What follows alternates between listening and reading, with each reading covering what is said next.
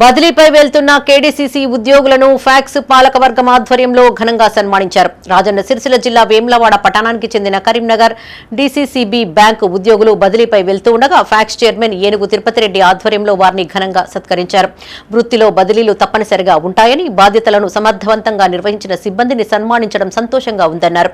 ఈ కార్యక్రమంలో ఫ్యాక్స్ డైరెక్టర్లు రాజయ్య, సంజీవరెడ్డి, కొండా శేఖర్, అమృత, సీఈఓ లక్ష్మణ్, మాజీ డైరెక్టర్లు Gudise Sadanandam, Racharla Mahender, KDCC bank manager Vijay, Pavan పాల్గొన్నారు.